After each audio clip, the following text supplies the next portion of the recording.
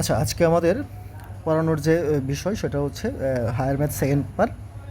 এই অধ্যায়ের নাম হচ্ছে জটিল সংখ্যা, যেটাকে ইংলিশে আমরা বলি হচ্ছে কমপ্লেক্স নাম্বার বলে থাকি। এই অধ্যায়টা আমাদের সৃজনশীলের জন্য খুবই ইম্পর্ট্যান্ট। এখান থেকে একটা কোশ্চেন মাস্ট থাকে। তাই এই অঙ্কটা এতটা কঠিন না, খুবই সহজ, বাট আমার একটু জিনিসটা বুঝতে হবে, কারণ এই ধরনের অঙ্ক নিয়ে আমরা এর আগে কখনো করি নাই। ক্লাস 9-10ও করি নাই, ইন্টারমিডিয়েট ফার্স্ট ইয়ারও আমরা করি নাই। সো নতুন একটা কনসেপ্ট, এই জিনিসটা একটু জাস্ট খেয়াল করে বুঝতে পারলে অঙ্কটা আমার হয়ে যাবে। আচ্ছা, তার আগে হচ্ছে কমপ্লেক্স নাম্বার অঙ্কে যাওয়ার আগে আমি কমপ্লেক্স নাম্বারটা আসলে একজাক্টলি কী, এটা কীভাবে আসে, এই জিনিসটা একটু বুঝায় নেব। বোঝানোর পরে আমি বেসিক পরে অঙ্কে চলে যাব। সেটা বোঝানোর আগে আমি একটা সমীকরণ আমি একটু কল্পনা করি।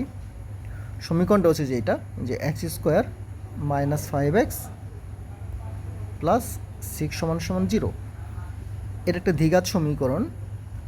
এটা ত্রিঘাত হতে পারতো, চতুর্ঘাত হতে পারতো, মানে যে কোনো সমীকরণ হতে পারতো, সমস্যা নাই। এটাকে যদি আমি একটু সমাধান করি, সমাধান করার নিয়ম তুমি তো জানোই, আমরা সবাই জানি, সেটা হচ্ছে কী করতে হয়, আমাদের মিডল ফ্যাক্টর করতে হয়। এখন মিডল ফ্যাক্টর করে যখন আমি এখানে এক্স এর মান কী পেলাম 2 এবং কী পেলাম 3 পেলাম। কারণ মিডল ফ্যাক্টর কীভাবে করতে হয় সেটা তোমরা জানো, এই জন্য আমি এটা ব্যাখ্যা করলাম না, এখানে করে দেওয়া আছে, দেখে নিবা। যে এক্স এর মান করে পেলাম 2 এবং 3 পেলাম। ওকে ফাইন, কোনো সমস্যা নাই। 2 এবং 3 তো একটা নর্মাল একটা সংখ্যা। এই ধরনের সংখ্যা নিয়ে আমরা তো ছোটোকাল থেকে পড়াশোনা করে আসতেছি। তাহলে যে সংখ্যাগুলো নর্মালি আমরা সারা জীবন পড়ে আসছি, সেগুলোকে বলা হয় কি সংখ্যা, বাস্তব সংখ্যা। মানে এই মানগুলো আমার বাস্তবে এক্সিস্ট করে। তাহলে 2 এবং 3 কী পেলাম, আমি দুটো বাস্তব মান পাইলাম। কিন্তু আমি যদি আরেকটা সমীকরণ যদি এখানে খেয়াল করি, সেটা হচ্ছে কি, যে x² + 1 = কত, 0। x² + 1 = কত, 0। এখান থেকে যদি আমি x এর মান বের করার চেষ্টা করি, তাহলে x² = কত আসবে, 1 টু বেসে গেলে -1 হয়ে যাবে, আর x = কত আসবে, √(-1) আসবে। এখন তোমরা কি করবা, এই মানটা যদি ক্যালকুলেটরে বসাও, যে √(-1) যদি দাও, দেখবা কি ম্যাথ এরর চলে আসছে। ম্যাথ এরর কেন চলে আসছে, কারণ ম্যাথ এরর চলে আসবে। ম্যাথ এররটা কেন চলে আসবে, কারণ এটা হচ্ছে একটা কী মান, বাস্তব মান না, মানে এই মানটা প্রকৃতিতে এক্সিস্ট করে না। এই মানটাকে আমরা চাইলেও কি হিসাব করতে পারি না, ক্যালকুলেশন করতে পারি না, ঠিক আছে। আর এই মানগুলাকে ডিল করার জন্য আমার এই কমপ্লেক্স নাম্বার কনসেপ্টটা আসছে। সেখানে হচ্ছে সেই কমপ্লেক্স নাম্বারে যে এই মানটাকে, যে √(-1) যে মানটা আসলো না, এই মানটাকে বলা হয় অবাস্তব মান। এটাকে বলা হচ্ছে কী মান, আমার অবাস্তব মান। এটাকে অবাস্তব মান বলা হচ্ছে। কেন অবাস্তব মান, কারণ এটা বাস্তব এই মানটা পাওয়া যায় না। এই যে আমি নতুন একটা সংখ্যা পেলাম, যেটা অবাস্তব একটা সংখ্যা বা অবাস্তব মান, অথবা কী বলতে পারি, আমি অবাস্তব সংখ্যাও বলতে পারি, কোনো সমস্যা নাই, অবাস্তব সংখ্যাও বলতে পারি। তার মানে এই যে একটা অবাস্তব সংখ্যা আমার সাথে আমরা পরিচিত হলাম, যে মানটা আসলে কি √(-এর ভিতরে একটা সংখ্যা থাকবে এবং ভিতরে কি নেগেটিভ থাকবে। মূলত এই সংখ্যাটাকে বলা হয় একটা অবাস্তব সংখ্যা। এই অবাস্তব সংখ্যা প্লাস আমরা সারা জীবন যেগুলো পড়ে আসছি বাস্তব সংখ্যা, এই দুইটাকে সম্মিলিতভাবে বলা হয় কমপ্লেক্স নাম্বার। মানে যদি একটা নাম্বারে বাস্তব সংখ্যা এবং অবাস্তব সংখ্যা উভয়ই থাকে, তখনই সেটাকে আমরা কি বলি, কমপ্লেক্স নাম্বার বা জটিল সংখ্যা বলি। তার মানে জটিল সংখ্যা জিনিসটা আসলে কি, একটা সমন্বিত রূপ কার, বাস্তব এবং অবাস্তব সংখ্যার। আমরা সারা জীবন পড়ে আসছি বাস্তব সংখ্যা, এখন বাস্তব সংখ্যার সাথে কী পড়বো, অবাস্তব সংখ্যাও পড়বো। এই বাস্তব অবাস্তব মিলিতভাবে এই সংখ্যাটাকে বলা হয় কি সংখ্যা, জটিল সংখ্যা। আশা করি জটিল সংখ্যাটা বুঝতে পারছো, ঠিক আছে। এখন এই যে √(-1), এটা তো বুঝতে পারলাম যে আসলে কি মানটা কী করে না, আমার ক্যালকুলেটর এই মানটা কি বের করা যায় না, বা কেউ এটা ক্যালকুলেশন করতে পারবে না। তাহলে এই সংখ্যাগুলা যদি আমার কোনো একটা ম্যাথে থাকে, এটাকে এখন থেকে আমি কি অবাস্তব সংখ্যা বলবো, √(-1) কী বলবো, অবাস্তব সংখ্যা বলবো। এই √(-1) যদি কোনো একটা অঙ্কে চলে আসে, তখন চাইলে এটাকে আমরা কী করতে পারবো না, আমাদের গতানুগতিক যে নিয়ম আছে সেই নিয়মে কী করতে পারবো না, এটাকে আমরা সলভ করতে পারবো না। তাই কী করতে হবে, এটাকে আমার এমন একটা ফরম্যাটে নিয়ে যেতে হবে যাতে করে আমরা কী করতে পারি, ক্যালকুলেশনটাকে আমি ইউজ করতে পারি। সেই ফরম্যাটটা কি, যে √(-1) বলা হয় হচ্ছে আই। আই মানে হচ্ছে ইমাজিনারি নাম্বার, ইমাজিনারি নাম্বারের বাংলায় অর্থ হচ্ছে অবাস্তব সংখ্যা। তো রুট ওভার -1কে বলা হয় ইমাজিনারি নাম্বার। তাহলে এই জিনিসটা আমরা মনে রাখতে হবে অঙ্ক করার জন্য। যখনই কোনো কিছু এরকম ফর্মেটে চলে আসবে তখন সেটাকে আমরা কি -1 ধরে বাকি অঙ্কগুলো আমরা করে ফেলবো। আর এখান থেকে আরেকটা জিনিস, সেটা হচ্ছে আই সমান সমান কত, রুট ওভার -1। তাহলে এখান থেকে আই স্কোয়ার সমান সমান কত আসবে, তাহলে রুট ওভারটা চলে যাবে, তাহলে কত আসবে, -1 আসবে। আমরা এই মানটা মনে রাখবো যে যেখানে আমরা আই স্কোয়ার পাবো সেটাকে আমরা কী করে ফেলবো, সেটাকে আমরা -1 ধরে ফেলবো। তাহলে এটাই মূলত হচ্ছে আমার কি জটিল সংখ্যার যে আমার কনসেপ্ট, যেটা কীভাবে আসছে। ঠিক আছে, আশা করি এটা বুঝতে পারছো। এখন এই জটিল সংখ্যাগুলোকে কীভাবে প্রকাশ করা হয় সেটা আমরা একটু শিখব।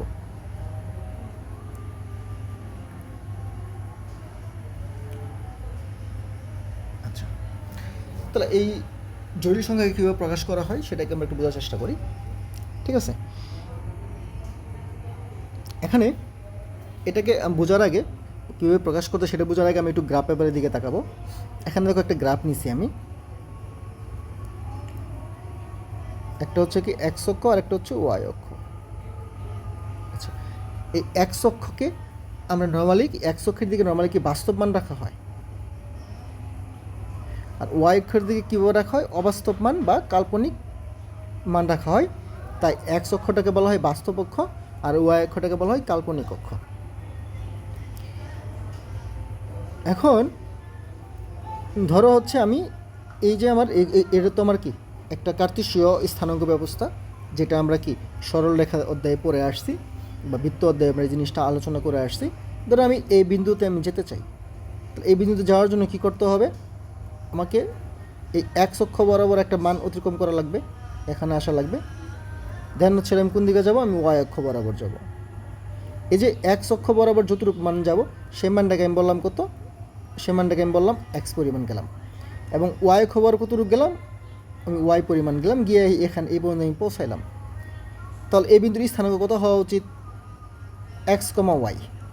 ঠিক আছে, এটা তো নর্মালি হওয়া উচিত, কিন্তু আমি যখন জটিল সংখ্যা আলোচনা করব এটাকে আমরা এইভাবে লিখবো যে এই বিন্দুতে কীভাবে গেছি, প্রথমে এক্স পরিমাণ গেছি, তারপরে কি ওয়াই পরিমাণ গেছি, বাট এটাকে প্রকাশ করবো কীভাবে, যে এক্স প্লাস কত আই ওয়াই।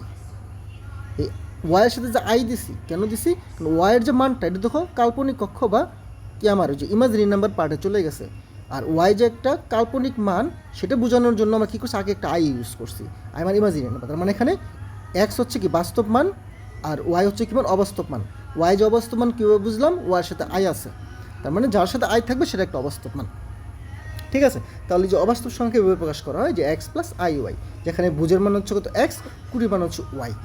এখানে 20টা হচ্ছে অবাস্তব মান, কারণ 20-র সাথে কি আছে, আই আছে। ঠিক আছে, তাহলে এটা আমি কার্তেশীয় স্থানাঙ্কের জিনিসটা বুঝতে পারলাম কীভাবে প্রকাশ করতে হয়।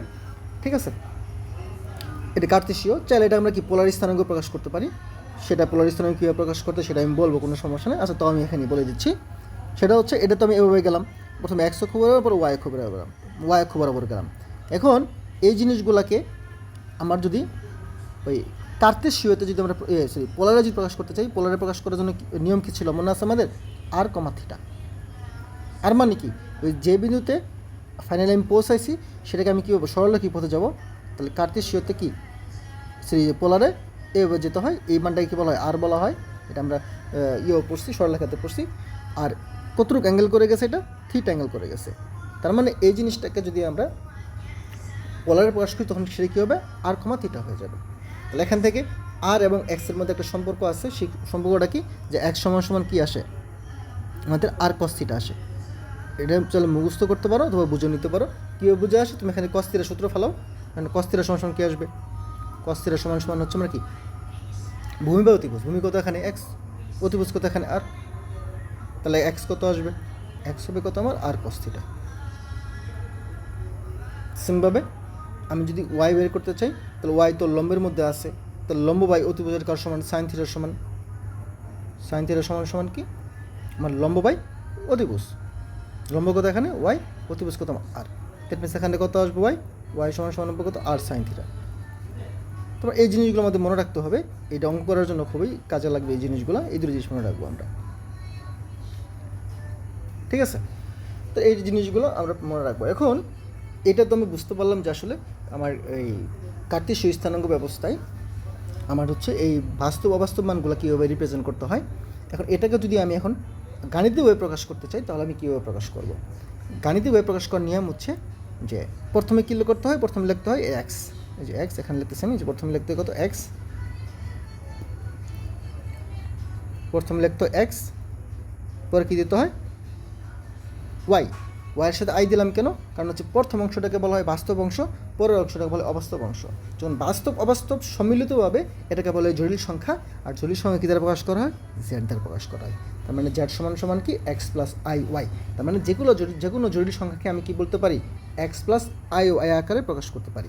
এখন আমি তোমাকে যদি বলি যে থ্রি একটা কী সংখ্যা, এটাকে আমি চাইলে কী করতে পারি? এটাকে আমি জটিল সংখ্যা আকারে প্রকাশ করতে পারি। কীভাবে? জটিল সংখ্যা কী দ্বারা থ্রিকে আমি কী বলতে পারি? থ্রিকে আমি বলবো কি জেড। যেটাকে জটিল সংখ্যার মানটা কত? 3 প্লাস এখানে আই দিলাম, প্রথম বাস্তব অংশ 3 লিখলাম, অবাস্তব অংশে কী আসবে? 0 হবে। কারণ হচ্ছে এই 3 সংখ্যার মধ্যে কোনো অবাস্তব মান নেই, অনলি কী মান আছে? বাস্তব মান আছে। তার মানে আমি কী করলাম? এই বাস্তব অংশে 3 রাখলাম, অবাস্তব অংশে কী আছে? 0 আছে। তার মানে ওভারঅল মানের কোনো পরিবর্তন হয় নাই, কিন্তু সংখ্যাটা আমার কী হয়ে গেছে? জটিল সংখ্যায় রূপান্তর হয়ে গেছে। তাহলে এভাবে যে কোনো সংখ্যাকে কী করা যায়? জটিল সংখ্যা রূপান্তর করা যায়। সেখানে প্রথম অংশ থাকবে বাস্তব, পর অংশ থাকবে অবাস্তব, এবং অবাস্তবের সাথে সবসময় কী থাকবে? আই থাকবে। এই যে এখানে আমি বলে দিছি, ঠিক আছে, যে এক্স হলো কী অংশ আমার? বাস্তব অংশ, আর ওয়াই হলো কী অংশ আমার? কাল্পনিক অংশ। ঠিক আছে।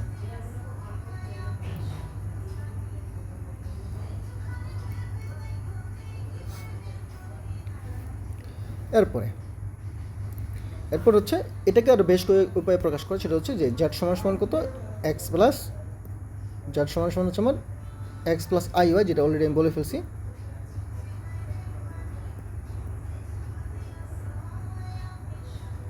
এটা কি আমার একটা জটিল সংখ্যার প্রকাশ। বাট এই জটিল সংখ্যাটা কোন অবস্থায় আছে আমরা জানি তো। আমরা নর্মালি কি যে কোনো সংখ্যা দুইয়ের আকারে লেখা যায়, একটা হচ্ছে কার্তেশীয় আকার আর একটা হচ্ছে পোলার আকার। যেহেতু এক্স প্লাস আই ওয়াই আছে, তার মানে এটাকে কী বলা হয়? কার্তেশীয় আকার বলা হয়। আর এখানে যদি আমার কি থাকতো? আমার ওই আর থাকতো এবং থিরা থাকতো, তখন সেটাকে আমরা কী বলতাম? তো সেটাকে আমরা পোলার আকার বলতাম। যেরকম দেখো এখানে এক্সের জায়গায় আমি যদি কী লিখি, এক্সের জায়গায় যদি কী লিখি? কস থিরা লিখি। একটু কালারটা চেঞ্জ করে দিই।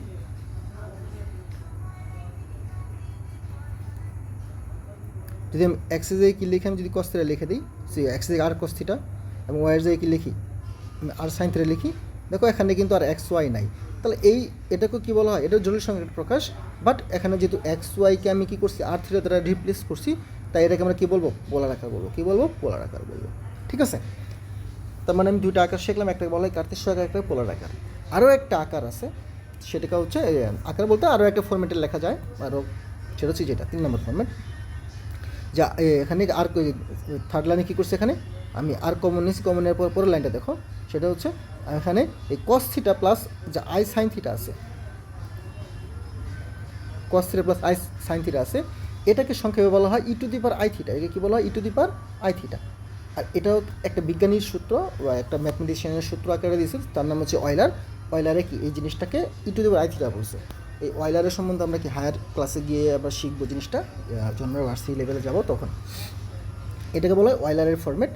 তার মানে কি এখানে কী লেখা যায়? জেড সমান সমান কী লেখা যায়? আর e to the power i theta. ঠিক আছে, আই থিটা। আর এটাকে বলা হয় কি আমার একটা অয়লারের ফরম্যাটে নিয়ে আসলাম এটাকে। তাহলে টোটাল কি জটিল সংখ্যাকে আমরা এখানে 3 ভাবে দেখালাম। ঠিক আছে। আরও একভাবে দেখানো যায়, সেটা কি? সেটা হচ্ছে এই যে যদি জেডের, এখানে তো জেডের পাওয়ার 1 ছিল আগের সবগুলোতে, বাট জেডের পাওয়ার যদি কী হয়ে যায়? আমার এন হয়ে যায়। যদি কী হয়ে যায়? আমার এন হয়ে যায়। জেডের পাওয়ার যদি এন হয়ে যায়, তখন কী হবে? এই আয়ের আগে একটা কি এন ইউজ করব, তাহলে সেটা কি আমার এর প্রকাশটা হয়ে যাবে। ঠিক আছে। যেমন জেড সমান সমান কি ই টু দি পাওয়ার আর e to the power i n theta. আর এখানে কি এটাকে তো আগে লাইন অনুযায়ী মিলে গেলে কী আসবে? আর কজ, যদি এন আসছে এখন N theta, i sine n theta হয়ে যাবে। আশা করি জিনিসটা বুঝতে পারছো। তার মানে জটিল সংখ্যাকে ওভারঅল এভাবে প্রকাশ করা হয় আর কি।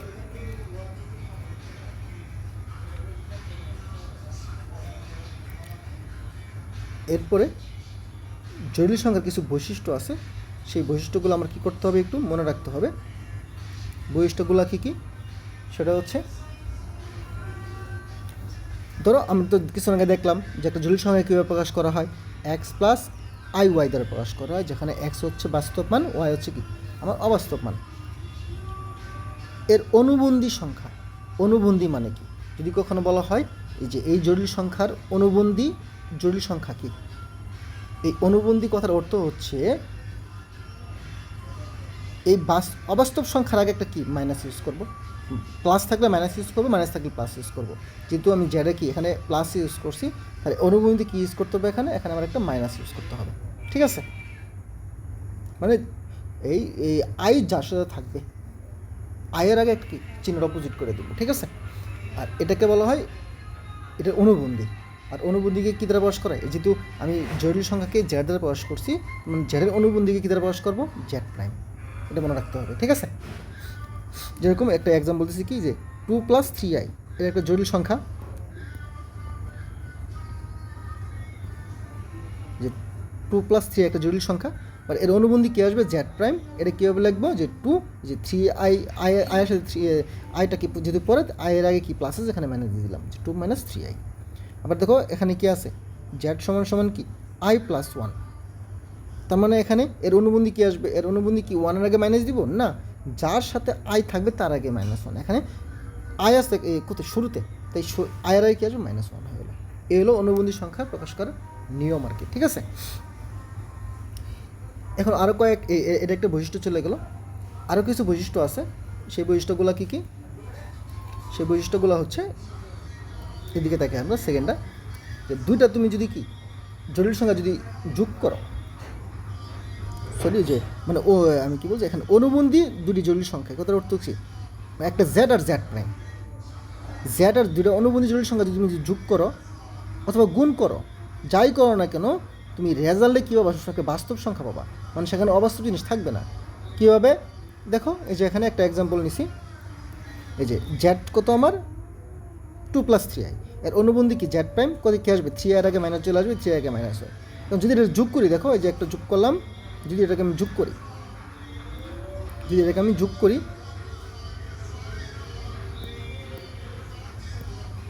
যদি এটাকে আমরা যোগ করি, যোগ করলে কী আসবে, যে 2 + 3i, 2 - 3i। দেখো 3i 3 এখানে 4 থাকলো, 4 তো একটা বাস্তব মান, এখানে তো কোনো অবাস্তব আর টার্ম থাকলো না। গুণ করলেও কি দেখো সেম, এখানে যদি গুণ করি, গুণ করলেও দেখো কী আসবে, গুণ করার পরে দেখো কী আসবে, 2² সমান মাইনাস কী আসবে 3i হোল স্কোয়ার, মানে a + b a - b সূত্র। এখানে এই 3i হোল স্কোয়ার সমান কী লেখা যায়, এই জিনিসটা একটু খেয়াল করো, যদি প্রথম এটা না বুঝতে পারো এই জন্য একটু দেখাই দিচ্ছি আমি। 2² মানে কত 4, মাইনাস 3i² মানে কত 9, কত i²। এখন কিছুক্ষণ আগে আমি বলছিলাম যে আসলে কি, যে i সমান কী ছিল, √(-1), আর i² সমান কী ছিল, অনলি -1 ছিল। এই দুটো জিনিস মুখস্থ রাখতে বলছিলাম। দেখো এখানে 4 - 9i² আসছে, এটা কী লেখা যায়, 4 - 9i², i² কী লেখা যায়, -1 লেখা যায়। দ্যাট মিনস কী আসবে, এটা 4 - 1 প্লাস কত আসবে 9, মানে কত 13। তার মানে দেখো এই জায়গায় আর কোনো কী থাকলো না আমার, এই জায়গায় আমার আর কোনো অবাস্তব টার্ম বা আই থাকলো না, সংখ্যাটা কি বাস্তব হয়ে গেল।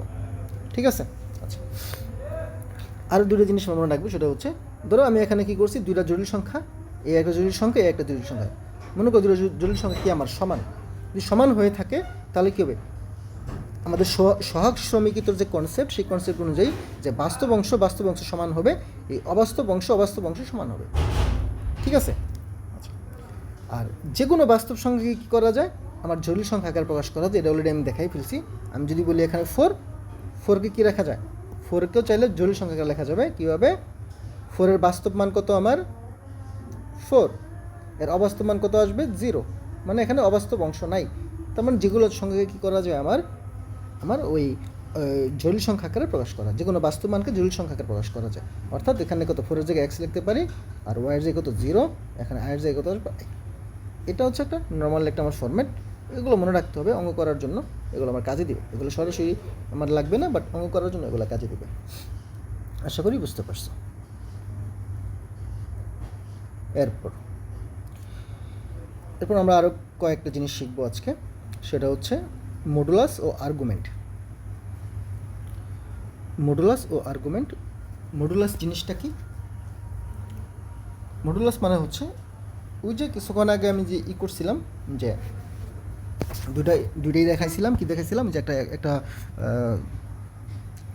একটা কি কার্তেশীয় স্থানাঙ্ক দেখাইছিলাম, সেখানে কি নিয়েছিলাম, সেখানে নিয়েছিলাম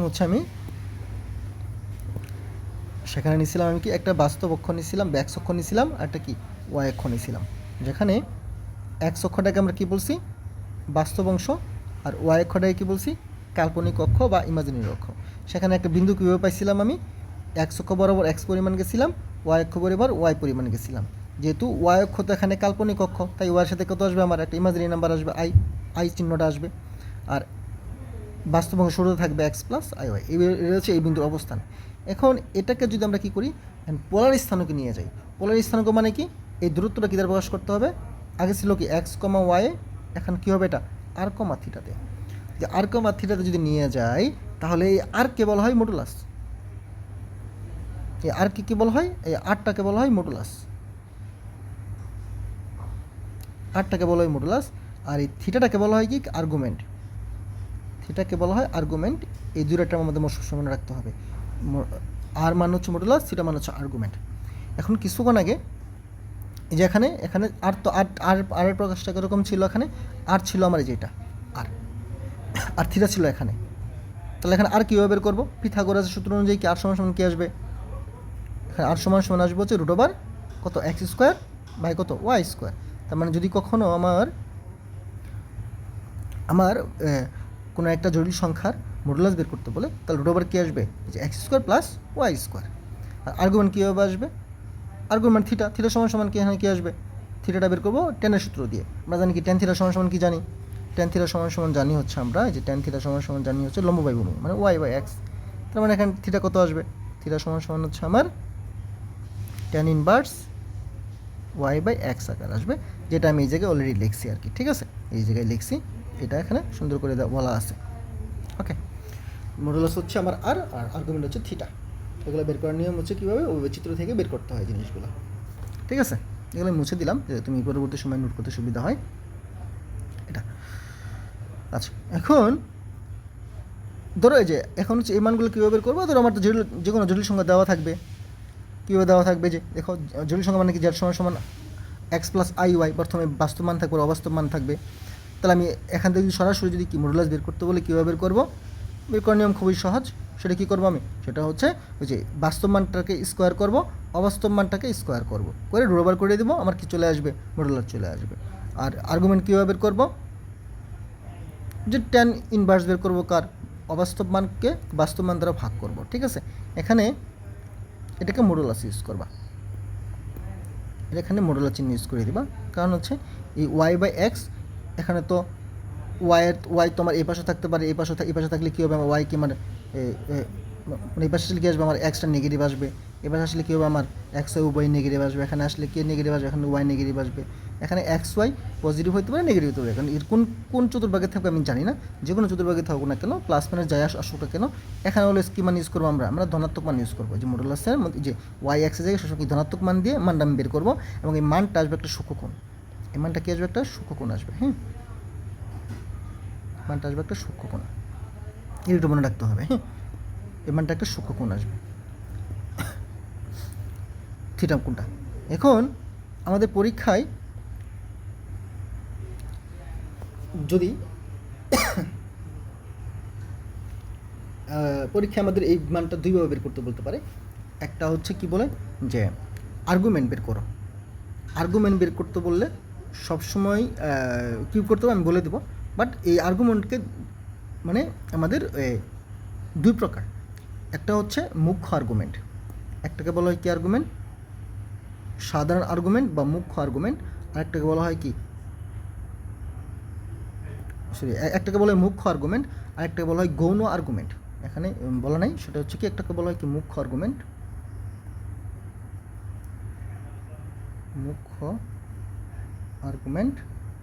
আর একটাকে বলা হয় কি আর্গুমেন্ট, গৌণ আর্গুমেন্ট বলা হয়। ঠিক আছে, এখানে মুখ্য আর্গুমেন্ট কোনটা আর গৌণ আর্গুমেন্ট কোনটা একটু খেয়াল করো।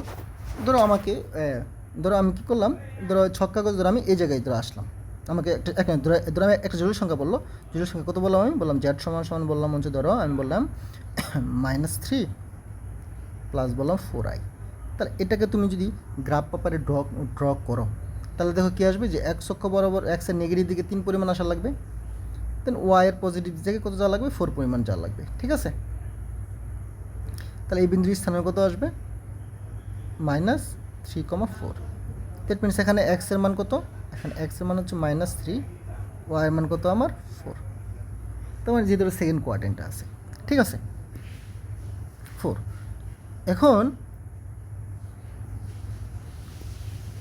এখন আমার কথা হচ্ছে তোমার, আচ্ছা এখন কথা হচ্ছে তাহলে এখানে তোমাকে যদি মডুলাস বের করতে বলে, সহজ তুমি বের করে ফেলতে পারো। মডুলাস কত আসবে, যে মডুলাস আর সমান কত আসবে, এক্সের এক্স এক্সের স্কোয়ার, এক্স কত এখানে 3 স্কোয়ার, ওয়াই কত এখানে 4 স্কোয়ার। তাহলে মান চলে আসবে আমার মডুলাস চলে আসবে। আর যদি আর্গুমেন্ট বের করতে বলে, থিটা সমান কী আসবে, tan ইনভার্স দিয়ে কত আসবে এখানে, এখানে মডুলাস ইউজ করবা। মডুলাস মানে হচ্ছে কি, ধনাত্মক মান ইউজ করতে হবে। কত আসবে এখানে, y/x, মানে ওয়াই কত এখানে 4, এক্স কত এখানে -3, বাট -3 নেবো না, আমি কি নেবো, শুধু ধনাত্মক মান নেবো। ধনাত্মক মানে কত 3। তাহলে এই মানটা তুমি যদি ক্যালকুলেটারে চাপ দেখবা কি, দেখবা একটা সূক্ষ্মকোণ আসবে। এটা কি আসবে, সূক্ষ্মকোণ। কিন্তু দেখো তো সূক্ষ্মকোণ তোমার 90 ডিগ্রি ছোটো মান, বাট এখানে কি দেখো তো, এখানে এই মানটা যেহেতু আমার কি, আমার এই -3,4 এই বিন্দুর তো আমার তো এই কোয়াড্রেন্ট আছে 4,4, -3,4 এই বিন্দুর তো এই কোয়াড্রেন্ট আছে। এই কোয়াড্রেন্টের কোনটা তো আমার অবশ্যই 90 ডিগ্রি বেশি, তাই না। এই জায়গায় এভাবে গেলে কত আসবে, 90 থেকে বেশি আসবে। আর যদি এভাবে যাই তাহলে কত আসবে, 180 থেকে বেশি আসবে। তাহলে কীভাবে গিয়ে আমি মানটা নেব, সেই মানটার নিয়ম হচ্ছে যেদিক দিয়ে গেলে আমার সব থেকে ছোটো কোণ পাওয়া যাবে সেদিকে যাওয়া লাগবে। এখন তুমি দেখো, তুমি যদি এইভাবে যাও তাহলে মানটা তুমি কিন্তু দেখো 180 থেকে কম পাবা, আর এভাবে গেলে কী হবে, 180 থেকে কী পাবা, বেশি পাবা। তার মানে এখানে যেদিকে গেলে কী হবে, কম মান পাওয়া যাবে, যেদিকে গেলে কী পাওয়া যাবে, কম মান পাওয়া যাবে, সেদিকে গিয়ে কোনটা নিতে হবে। এবং যেদিকে গিয়ে কম মান পাওয়া যাবে ওই কোনটাকে বলা হয় মুখ্য আর্গুমেন্ট। ওই কোনটাকে কী বলা হয়, মুখ্য আর্গুমেন্ট। তার মানে আমি যদি এভাবে যাই, এভাবে গেলে যে কোনটা হবে সেটাকে বলা হয় কি, আমার মুখ্য আর্গুমেন্ট বলা হয়। কী বলা হয়, মুখ্য আর্গুমেন্ট বলা হয়, ঠিক আছে। আর সাপোজ ধরো তুমি এখানে ক্যালকুলেশন করে দেখো এখানে মানটা কত পেলাম, মনে করলাম এখানে মানটা আমি পেলাম কত ডিগ্রি, ধরো এখানে কত পেলাম, ধরো এখানে 42 ডিগ্রি পেলাম, তো 42 ডিগ্রি পেলাম, ঠিক আছে। তাহলে এই 42 ডিগ্রি কোনটা আমি কীভাবে বের করবো, কিন্তু এখানে তো 42 ডিগ্রি আসলে কোনটা আসছে, এখানে তুমি ক্যালকুলেটারে যে এই মানটা দেখেছে, তুমি এটা ক্যালকুলেটার দিয়ে বের করবা, এই মানটা কত আসছে, 42 ডিগ্রি আসছে। বাট আমার বের করতে হবে এই কোনটা, তো এই কোনটা আমি কীভাবে বের করবো, এই কোনটা বের করতে হবে 180 থেকে কত বিয়োগ করবো, 42 ডিগ্রি বিয়োগ করবো। বিয়োগ করলে কত আসবে, 138 ডিগ্রি আসবে। অর্থাৎ এখানে এভাবে যদি যাই তাহলে আমি পাবো কত, আমি মানে এভাবে গেলে কত পাবো, এভাবে গেলে পাবো হচ্ছে আমি কত, 138 ডিগ্রি। আর এভাবে যদি যাই তাহলে কত পাবো, 360 থেকে বিয়োগ দিলে যে কোনটা আসবে সেই কোনটা আসবে। তাহলে এখানে 138 ডিগ্রি হবে মুখ্য আর্গুমেন্ট, ঠিক আছে। আর অপর যে কোনটা থাকবে 360 থেকে বিয়োগ করলে সেটাকে বলা হয় গৌণ আর্গুমেন্ট।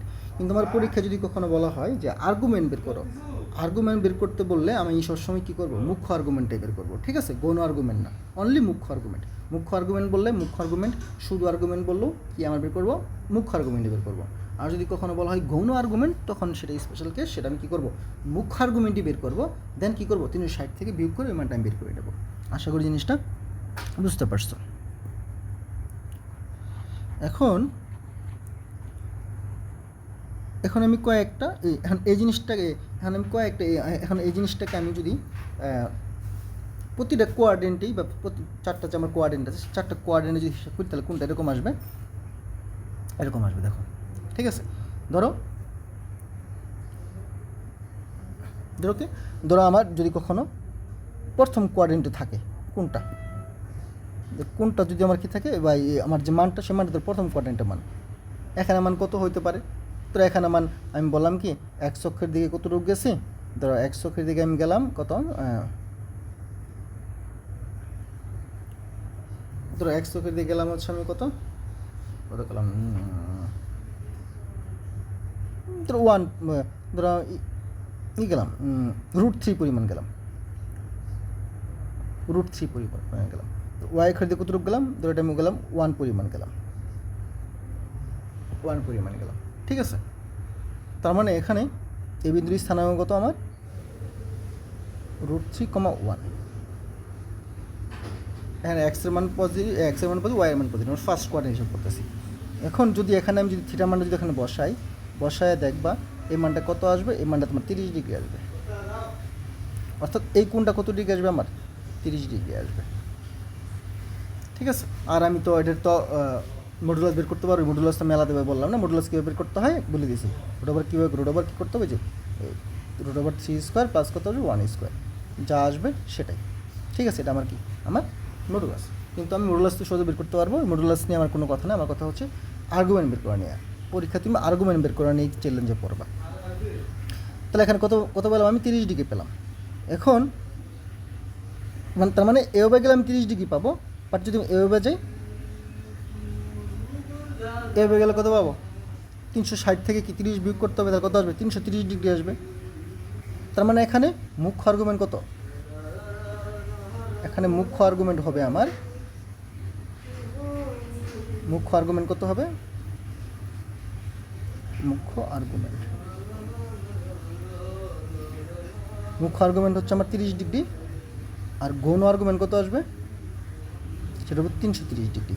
কেন 30 ডিগ্রি বললাম, সব থেকে ছোটো কোণটা হবে কি আমার মুখ্য আর্গুমেন্ট। ঠিক আছে, তাহলে এই কোণটা জাস্ট কি সিম্পলি আমার কী করবো, আমার জাস্ট নর্মালি ফার্স্ট কোয়াড্রেন্টে থাকলে কী হবে না, just normally tan inverse y/x এর মানটা যে মানটা আসবে সেটা হবে কি আমার মুখ্য আর্গুমেন্ট। ঠিক আছে, এখন এই মানটা যদি আমার সেকেন্ড কোয়াড্রেন্টে থাকে, তো এই কোয়াড্রেন্টে থাকে, ধরো আমি এক্স কতটুকু গেলাম, ধরো এক্স আমি এবার যে তুমি নেগেটিভ এক্সে দিয়ে গেছি, তার কত হবে এক্সের মান ধরলাম কি -√3, আর ওয়াই মান 1ই ধরলাম। এই মানটা তুমি যদি এখানে বসাও, এখানে মডুলাসদের অর্থ হচ্ছে কি, তোমার কী করতে হবে এই ধনাত্মক মানে বসাতে হবে, অর্থাৎ কি 1/√3 আসবে। এখানে মান কত ডিগ্রি আসবে, ধর 30 ডিগ্রি আসবে, ধনাত্মক মান নেব কিন্তু এখানে। ঠিক আছে, 30 ডিগ্রি আসবে। এই 30 ডিগ্রি কোন মানটা বোঝাচ্ছে, এই মানটা বোঝাচ্ছে 30 ডিগ্রি। কিন্তু তোমার যেহেতু কোন বিন্দুর আমার এখানে আছে, তাহলে এর কোনটা কত আসবে, কোনটা আমার হিসাব করতে হবে কোন জায়গা থেকে, যে 100 থেকে। তাহলে যদি আমি এভাবে আসি, তাহলে দেখো কত আসতেছে আমার 180 আর 30 কত আসবে, 210 ডিগ্রি আসবে, 210 ডিগ্রি আসবে।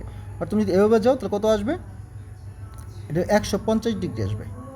তাহলে কোনটা ছোটো, 150 ডিগ্রি ছোটো, তার মানে 150 ডিগ্রি হবে কি আমার মুখ্য আর্গুমেন্ট, আর 210 ডিগ্রি হবে কি আমার গৌণ আর্গুমেন্ট। কিন্তু আমাকে পরীক্ষাতে বলবে যে আর্গুমেন্ট বের করবো, তাহলে কী বের করবো, মুখ্য আর্গুমেন্ট বের করবো। কিন্তু ছোটো কোনটা 150 ডিগ্রি। তাহলে 150 ডিগ্রি আমি পাবো কীভাবে, এখানে পাবো কীভাবে, এখানে পাওয়ার নিয়ম হচ্ছে এটা একটা এই জিনিসটা সহজে বের করার জন্য একটা নিয়ম বলে দিচ্ছে। নিয়মটা কি আমার, আমি প্রথমে কী করব, 180 যাব, তারপরে কি 30 ব্যাক আসবো, তাহলে কত আসবে 150 চলে আসলো। এটার জন্য কী করতে হয় আমার, যে সেকেন্ড কোয়াড্রেন্টে যেখানে নিচে লিখে দিতে হবে, যে সেকেন্ড কোয়াড্রেন্টে যদি থাকে বা কি -x + iy যদি এই ফর্মেটে থাকে, তাহলে মুখ্য আর্গুমেন্ট বের করার নিয়ম কি, যে পাই থেকে যে কোনটা আসে সেই কোনটা কী করা লাগে, বিয়োগ করা লাগে। যে 180 থেকে যে 30 বিয়োগ করলাম, এই বিন্দুটা বিয়োগ করা লাগবে। বাট প্রথম কোয়াড্রেন্টে কিন্তু কিছু করা লাগবে না, যে মান আসবে সেই মানটাই, যে প্রথম কোয়াড্রেন্টে কত আসবে, যে মানটা আসে সেই মানটাই। ঠিক আছে, এটা আশা করি বুঝতে পারছো। তারপরে হচ্ছে এখন আমি থার্ড কোয়াড্রেন্টে যদি হিসেব করি, থার্ড কোয়াড্রেন্টে, তো এখানে আমি হিসেব করবো। তো এখানে আমি হিসেব করবো, তো এখানে সেম ধরো, এখানে কত আসলাম, এখানে ধরো আমি কি -√3 আসছি, ওয়াই কত আসছি -1 আসলাম। তো এই বিন্দুতে আমি পেয়ে গেলাম। এই বিন্দুতে আমার কত আসবে, সেমভাবে আমি যদি অ্যাঙ্গেল বের করি, অ্যাঙ্গেল তো আমি পজিটিভ মান নেব, তাহলে এই মানটা কত আসবে, এই মানটা কত আসবে তোমার এখানেও 30 ডিগ্রি আসবে, 30 ডিগ্রি, এই কোনটা 30 ডিগ্রি দেখাবে। এখন খেয়াল করো যে তুমি যদি এদিক থেকে এদিকে যাও, তাহলে কত পাবা, পজিটিভ 200 কত ডিগ্রি, 10 ডিগ্রি। আর এদিক থেকে যদি এদিকে যাও, তাহলে কত পাবা, এটা কত পাবা, এটা পাবা হচ্ছে কত ডিগ্রি, এটা পাবা হচ্ছে যেহেতু এটা পাবা হচ্ছে 180, 30, 150 ডিগ্রি। কিন্তু যেহেতু আমার কি ঘড়ি কাটার বিপরীত দিকে, সরি ঘড়ি কাটার দিকে অ্যাঙ্গেলগুলোকে নেগেটিভ ধরা হয়, আর ঘড়ি কাটার বিপরীত দিকে কি পজিটিভ ধরা হয়, এটা তুমি এটা জানো আগে থেকে। ঠিক আছে, আচ্ছা তার মানে এই দুটো কোণের মধ্যে কোন মানটা ছোটো? 150 ডিগ্রি, ঠিক আছে। তাহলে আমি কি 150 ডিগ্রি নেবো, অর্থাৎ এখানে মুখ্য আর্গুমেন্ট কী হবে? 150 ডিগ্রি হবে, ঠিক আছে। বাট মাইনাস কেন দিলাম? মাইনাসটা জাস্ট বোঝাচ্ছে এটা কি ঘড়ি কাঁটার দিকে আসছে, এই জন্য মাইনাস। এই মানটা পাওয়ার জন্য কী করতে হবে? সহজ নিয়ম কি? সহজ নিয়মটা হচ্ছে, হিসাব করার নিয়ম হচ্ছে যেটা, যে প্রথমে আমি কী করবো? আমি এই পরিমাণ আসবো, আসলে কতটুকু যাবো? আমি -π পরিমাণ যাবো, -π বলতে -180 ডিগ্রি, দেন কি ব্যাক করবো এতটুকু 30 ডিগ্রি ব্যাক করবো, অর্থাৎ যে কোণটা পাবো সেই কোণটা কী করবো? যোগ করে দিলেই কী হবে আমার? কারণ 180 লোক এই কোণটা যোগ করলেই কী হবে আমার ওই একজাক্ট যে অ্যাঙ্গেল, এটা অ্যাঙ্গেল, সেই অ্যাঙ্গেলটা পাওয়া যাবে। এই জন্য কী করছে এখানে দেখো, -π এর সাথে কি প্লাস এই যে সূক্ষ্মকোণটা কী করছে? যোগ করছি, ঠিক আছে। আশা করি এটা বুঝতে পারছো। দেন হচ্ছে এই জায়গায় এটা কিন্তু ফোর্থ কোয়াড্রেন্টে উত্তর হবে আমার এই যেটা, কারণ এইভাবে আসলে ছোটো কোণ পাওয়া যায়, কিন্তু এই কোণটা কি নেগেটিভ হবে, কারণ নেগেটিভ ঘড়ি কাটার দিকে। তাহলে এখানে তো সিম্পল সূক্ষ্মকোণ, তাহলে কী আসবে? -tan−1 দিয়ে y/x। তাহলে এই কোণ আমি পেয়ে যাবো, মাইনাস কেন? ঘড়ি কাটার কী দিকে আসছে। তাহলে এই 4টা কোয়াড্রেন্টে আমার কী করতে হয়? এই 4ভাবে আমার কী করতে হয়? আমার মানগুলো বের করতে হয়, ঠিক আছে।